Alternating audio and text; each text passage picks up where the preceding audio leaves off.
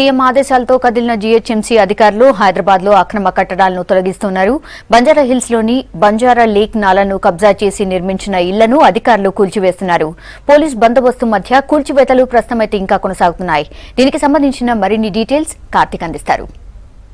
హైదరాబాద్ లో అక్రమ కట్టడాల కూల్చివేత రెండో రోజు కూడా కొనసాగుతుంది. మనం ఇప్పుడు బంజారాహిల్స్ లో ఉన్నాం. మీరు చూస్తున్న విజువల్స్ బంజారాహిల్స్ నాలాకు సంబంధించింది. నాలా మధ్యలో నాలాలు ఆనుకొని కూడా ఇల్లు కట్టిన విజువల్స్ మనం చూడొచ్చు. ఈ కట్టిన విజువల్స్ మొత్తం అంటే ప్రస్తుతానికి మనం ఉన్న బిల్డింగ్ లో ఎవరు నివసించడం లేదు, కానీ చాలా ఏళ్ల క్రితం దీన్ని కట్టి వదిలిపెట్టారు. సో దీని గతంలో కూడా జీహెచ్ఎంసీ అధికారులు దీనికి నోటీసులు ఇచ్చారు. అయినప్పటికీ వీళ్ళు ఎలాంటి కూల్చివేత కానీ చేయలేకపోయారు. సో ప్రభుత్వం జీహెచ్ఎంసీ ఈ రోజు దీన్ని కూల్చివేసేందుకు మొత్తం కూడా భారీ ఎత్తున ఇటు డిమోలేషన్ చేసేందుకు ఈ భారీ యంత్రాలతో పాటు అలాగే ఇటు కొందరి కార్మికులను కూడా నియమించి చేతి యంత్రాలతో కూల్చివేస్తున్న విజువల్స్ మనం చూడొచ్చు. మనతో ఖైరతాబాద్ డిప్యూటీ కమిషనర్ ఉన్నారు. సార్ను అడిగి మరిన్ని తెలుసుకునే ప్రయత్నం చేద్దాం. సార్ చెప్పండి, మొత్తం ఈ నాలాకు మొత్తం కూడా ఎన్ని గుర్తించారు? మనం విజువల్ లో చూస్తున్నాం, ఎంత మధ్యలో పట్టినట్టుగా ఉంది. గతంలో వీళ్ళకి నోటీసులు ఇచ్చారా ఈ బిల్డింగ్ వాళ్ళకి కానీ ఎట్లా ఉంది? ఎన్ని గుర్తిస్తున్నారు? ఈ బంజారా లేక్ నాలా దగ్గర సుమారుగా 19 ఎంక్రోచ్మెంట్స్ ఉన్నాయండి.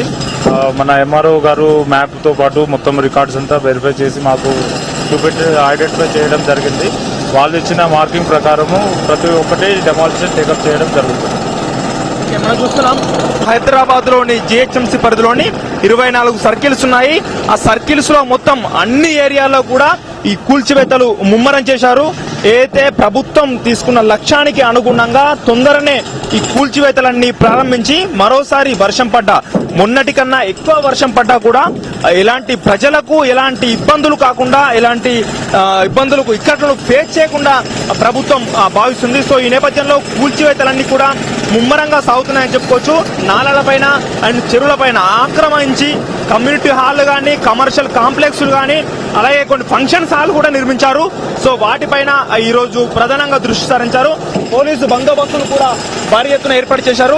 స్థానిక ఏసీబీతో పాటు ప్రధానంగా కొన్ని సిఐలు, ఎస్ఐలు అందరినీ కూడా భవనం దగ్గర తీసుకొచ్చి పోలీసు ఫోర్స్ మధ్యలో కూల్చున్న మనం చూస్తున్న విజువల్లో చూడొచ్చు. భారీ ఎత్తున కూడా పోలీసు బందోబస్తును మొత్తం కూడా చూపించారు. కానిస్టేబుల్తో పాటు అందరూ కూడా ఇక్కడికి రావడం జరిగింది.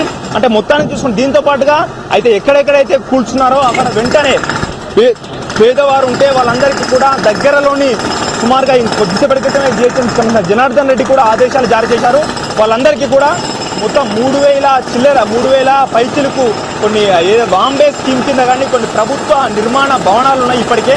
వాటిల్లో ఎక్కడెక్కడైతే ఆక్రమణల గురించి కట్టుకున్నారో వాళ్ళందరికీ కూడా ఆ ఇళ్లలో వసతి కల్పించాలని, వాటికి మొత్తం కూడా ఏర్పాటు చేయాలని చెప్పి కూడా కొద్దిసేపటి క్రితమే జీహెచ్ఎంసీ కమిషనర్ జనార్దన్ రెడ్డి కూడా ఆదేశాలు జారీ చేశారు. సో ఇటు ఒకవైపు కూల్చుతూనే మరోవైపు పేదలకు అన్యాయం చేయకుండా, పేదలకు ఇబ్బంది చేయకుండా వాళ్ళకు ఆశ్రయం కోల్పోయినప్పటికీ వాళ్ళు వెంటనే వాళ్ళకు ఆశ్రయం కల్పించాలని మొత్తం చూస్తుంది. అందులో భాగంగానే ఇటు కూల్చివేతల పర్వం కొనసాగుతుండగానే మరోవైపు పేదల కోసం కూడా ఇల్లుకు అకామిడేట్ చేసేందుకు ఇటు కమిషనర్ కూడా ఆదేశాలు జారీ చేశారు. మొత్తం ఓవరాల్ గా సెకండ్ రోజు కూడా ఇటు కూల్చివేతలు కంప్లీట్ అయ్యాయని చెప్పుకోవచ్చు. ఇది ఇక్కడ తాజా పరిస్థితి. అశోక్ రెడ్డితో కార్తీక్, BCS న్యూస్, హైదరాబాద్.